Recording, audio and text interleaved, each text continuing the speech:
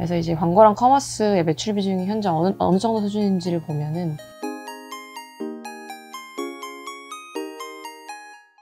네, 안녕하세요. 하나금융투자 인터넷 담당 윤예지입니다.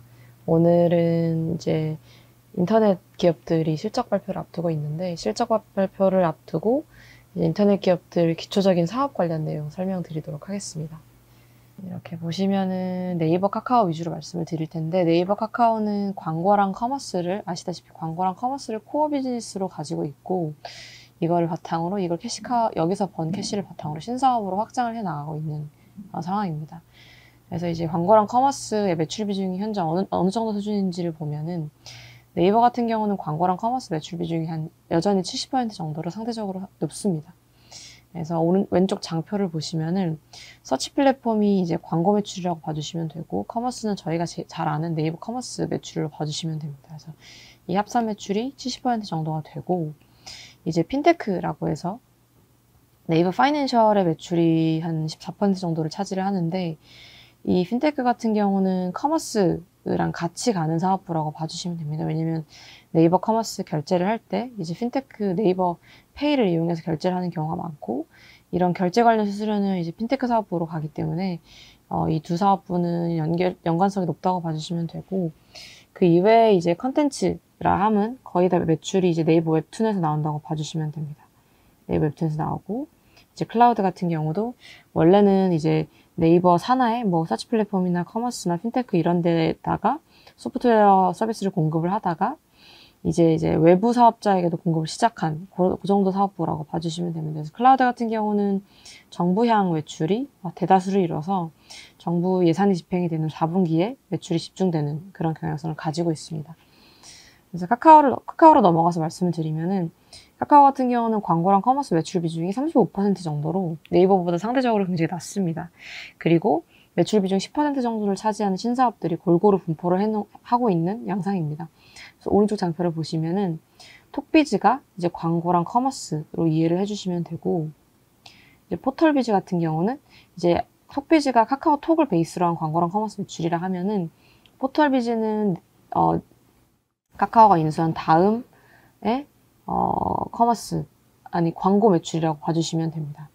그래서 이 두 개를 합산해서 제가 35%라고 표현을 한 거고 이 이외에도 사업부가 굉장히 많은데 플랫폼 기타 같은 경우는 모빌리티, 저희가 잘 아는 카카오 택시를 부르는 모빌리티랑 카카오 페이가 여기 들어가 있다고 봐주시면 되고 게임은 잘 아시는 카카오 게임즈, 그리고 뮤직은 이제 멜론이라는 그 음원 서비스를 카카오가 보유를 하고 있고 그 이외에도 멜론 이외에도 이제 음원을 유통하는 비즈니스 이런 것들은 다 뮤직에 속해 있다고 봐주시면 됩니다.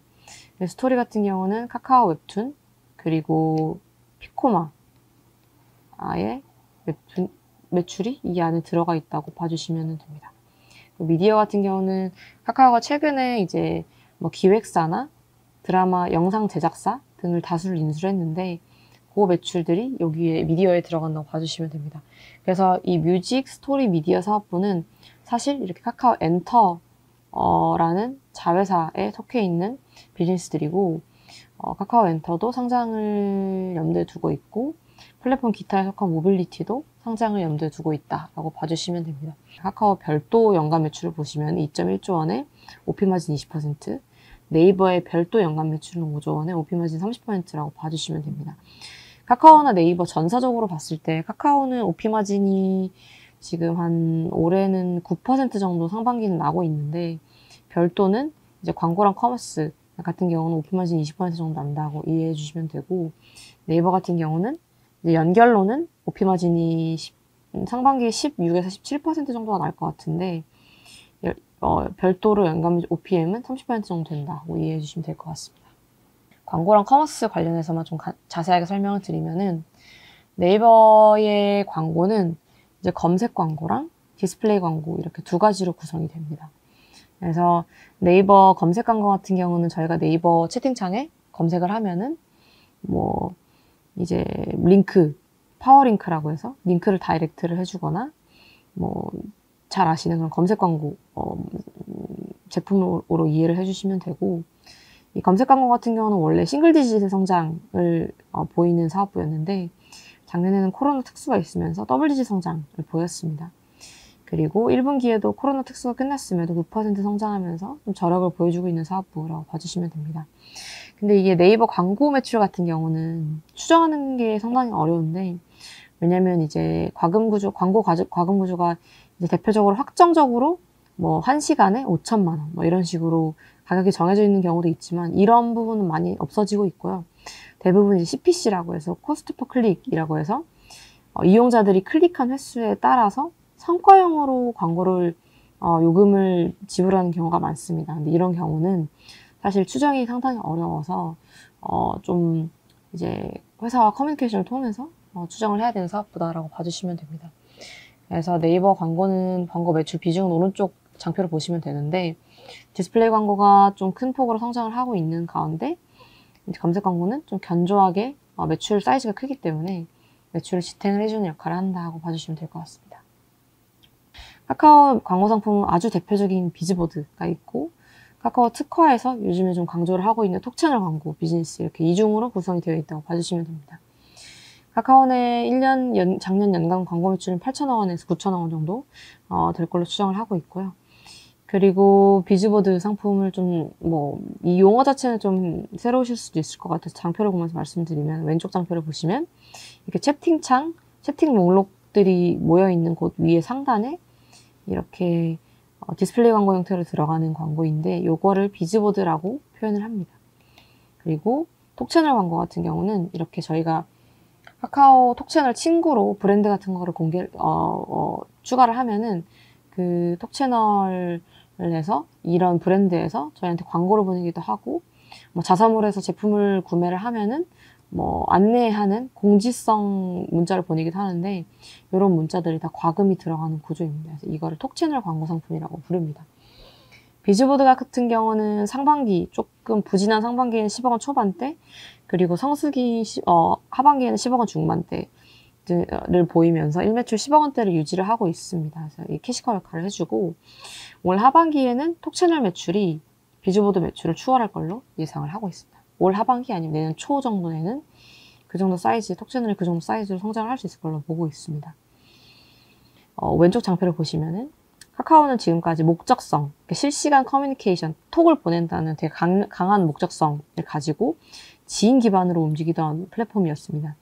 근데 1분기를 기점으로 얘네가 비목적성, 그러니까 저희가 SNS 인스타 같은 걸 사용할 때 되게 분명한 목적성을 가지고 플랫폼을 사용하진 않습니다. 근데 이제 그런 점이 카카오랑 다른데, 카카오도 그렇게 비목적성의 비지인 기반으로 확장을 하겠다는 사업 계획을 발표를 했습니다. 그래서 이거는 사실상 제가 판단했을 때는 광고 수익 확대를 위한 정책으로 보이고 있고요. 그리고 비목적성 인터랙션을 키우기 위해서 카카오가 지금까지 강조를 해왔고 앞으로도 강조를 할 건 프로필 사진하고 상태 메시지입니다.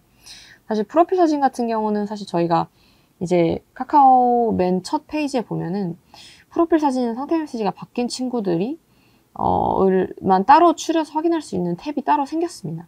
그래서 이렇게 프로필 사진이 업데이트가 되는 걸 보고, 이 친구 인생에 뭔가 업데이트가 있구나 라고 접근을 해서, 이게 뭐 톡으로 이어질 수도 있는 거고, 축하할 일이 있으면 선물하기로 이어질 수도 있는 거고, 그런 의도를 가지고 이런 탭을 추가했다고 봐주시면 되고, 그리고 비지인 기반을 키우기 위해서는 오픈 채팅방의 중요성을 강조를 하고 있습니다. 오픈 채팅방이라 하면은 이제 카카오가 지인 기반의 채팅 말고도 이제 비지인 기반의 검색을 기반으로 해서 채팅방도 운영을 할 수 있는데, 그 부분은 이제 저희가 친구끼리 하는 카카오하고 성격이 많이 다르다고 봐주시면 됩니다. 그래서 이 오픈 채팅방을 카카오가 올해 연말 아니면 내년 초에 별도의 앱으로 따로 출시를 하려고 하고 있습니다. 이렇게 되면은 이제 약간 카카오가 운영할 수 있는 실시간성이 있는 SNS로 차별화해서 키울 계획을 가지고 있어서 카카오도 광고 매출이 한 단계 레벨업 할 수 있는 계기가 되지 않을까 판단을 하고 있습니다. 이제 커머스에 대해서 간단히 말씀을 드리면은, 네이버 커머스 같은 경우는 제가 항상 설명을 드리는 게 3중 BM 구조가 가능한 사업부입니다. 3중 BM이라 하면은 일반적으로 커머스, 오픈 플랫폼 커머스들이 부과하는 결제랑 거래 수수료에 더해서 네이버는 1위 인터넷 서비스이기 때문에 광고 BM을 붙일 수가 있습니다. 그래서 네이버 커머스의 스토어 수가 42만 개 정도 되는데 이 중에서 이제 제품으로 차별화를 하기는 쉽지 않은 일입니다. 왜냐면 42만 명이나 셀러들이 있기 때문에. 그렇기 때문에 이제 자기네 제품을 광고를 하기 위해서 뭐 제가 아까 말씀드렸던 광고 상품, 뭐 검색 광고가 될 수도 있고 디스플레이 광고가 될 수도 있는데 이런 광고는 거의 필수라고 봐주시면 됩니다. 그래서 이런 의미에서 제가 광고 BM을 붙일 수 있다고 말씀을 드린 거고, 이제 실제로 네이버 오른쪽 장표를 보시면 1분기의 커머스 매출 구성을 보시면 커머스 광고가 62%로 상당히 비중이 높다 봐주시면 됩니다. 이런 면에서 다른 커머스들이랑 매출 구조가 좀 다르다고 이해해 주시면 될 것 같습니다. 그리고 뭐 네이버 스마트 스토어는 그 자체로 하나의 큰 사업이라고 제가 계속 말씀을 드리고 있는데, 스토어 수가 40만 개가 넘고 스마트 스토어만 따졌을 때도 연간 거래액이 25조 원이기 때문에 스마트 스토어 판매자를 대상으로 네이버 데이터를 이용해서 파생된 다양한 서비스가 존재를 하고 있습니다. 그래서 뭐 아이템 스카우트나 이렉타르 뭐 이런 서비스들이 있다고 봐주시면 됩니다. 그리고 네이버 커머스 같은 경우는 이제 국내에서는 조금 어느 정도 거래액 면에서는 성장이 이제 둔화가 되는 양상이고, 이제 글로벌로 진출하는 데 해답이 있다고 보고 있습니다. 그래서 네이버 커머스 같은 경우는 공헌이익률, 그러니까 변동 비용을 제외하고 고정 비용만 고려했을 때 마진이 40% 정도를 나는 압도적인 플랫폼입니다. 근데 제가 아까 말씀드렸듯이 21년 기준으로 쿠팡 GMV가 네이버 GMV를 이미 추월한 상황입니다. 그래서 아래 쿠팡 거래액을 보시면은 21년도에 37조 원을 기록을 했는데 네이버가 연간으로 32조 원 정도를 기록을 했습니다. 그래서 라인하고 야오 재팬하고 결합한 일본 진출이 향후 네이버 커머스 그리고 이제 전체 네이버의 밸류 리레이팅의 관건이 될 것으로 보고 있습니다. 그리고 카카오 커머스에 대해서 간단히 말씀드리면은 카카오 커머스는 니치마켓 선두주자라고 말씀을 드릴 수 있습니다. 그래서 카카오 선물하기가